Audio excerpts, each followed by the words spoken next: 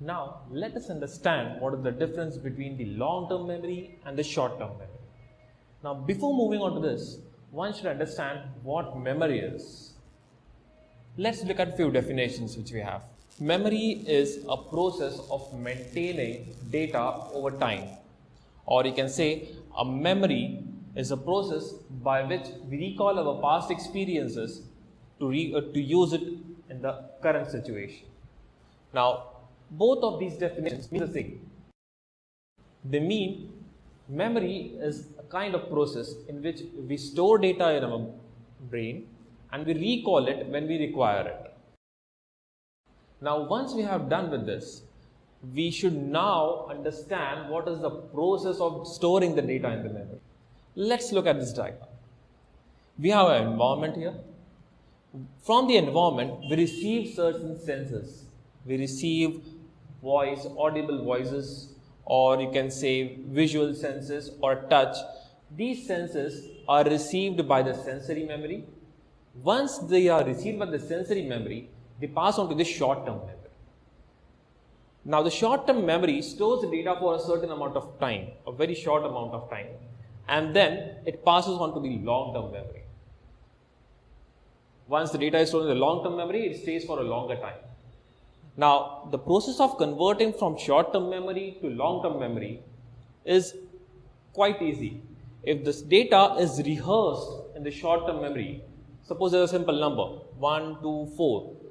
I need to remember this. I need to just rehearse 1, 2, 4, 1, 2, 4, 1, 2, 4, and then the data gets stored in the long-term memory. Once the data gets stored in the long-term memory, then I can recall either from short-term memory or the long-term memory, and if someone asks me the question, I can respond to it. So this is a process of storing the data in the memory.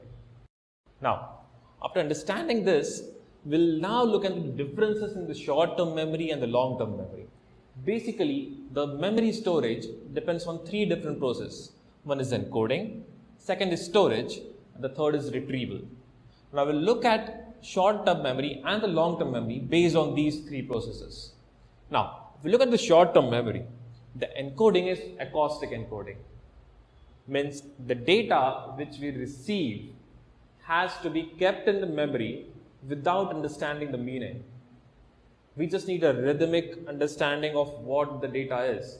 For example, the numbers 1, 4, 8. These are the numbers. I need to remember these in the particular order. 148, 148, 148. The data gets stored in the short-term memory. Once it is rehearsed multiple amount of times, it automatically gets transferred into the long-term memory. So the short-term memory is an acoustic memory, whereas the long-term memory is semantic encoding. Semantic encoding means to understand what the data means. Once you understand the meaning of the data, it directly gets stored into the long-term memory. We don't need a short-term memory to recall the data again. For example, look at this word, admonish.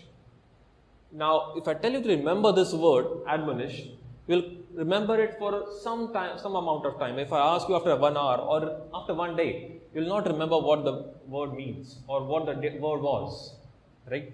But if I tell you the meaning of this word is scold, to scold someone, you'll directly remember this word. Even after tomorrow, you can recall this word. So, if you understand the meaning of the word, it gets stored in the long-term memory. So, that is semantic encoding. Whereas, the short-term memory is acoustic encoding. Okay. Let's look at the second process, the storage.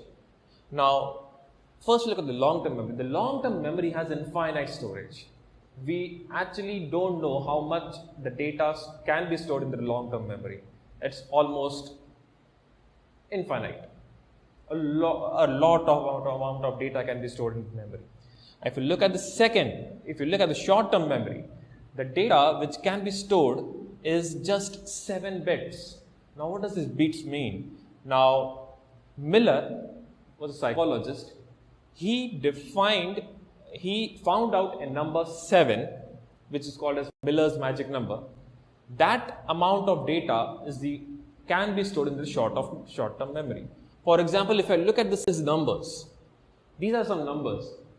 If you read these numbers, and once I erase this, the amount of data which you can recall will be exactly 7 numbers or 5 numbers or 9 numbers. Means 5 to 9. That is the amount of data which we can recall.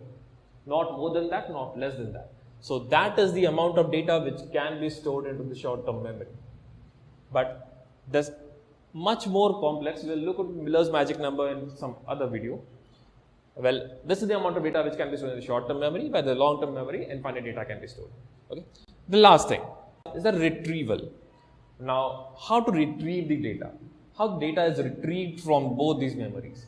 In the short-term memory, if you look at these numbers 1, 4, 2, 8, 5, 7. If I want to remember this number, I'll just recall myself and rehearse it. 1, 4, 2, 8, 5, 7, 1, 4, 2, 8, 5, 7. If you ask me what is the fifth number, I'll have to go 1, 4, 2, 8, 5. 5 is the fifth number. This is how we recall in the short-term memory.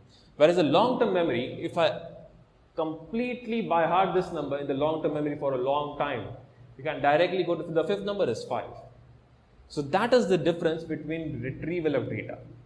In the short-term memory, the retrieval is the sequential manner. Whereas in the long-term memory, we can retrieve the data in any order. So these are the basic differences between the long-term memory and the short-term memory.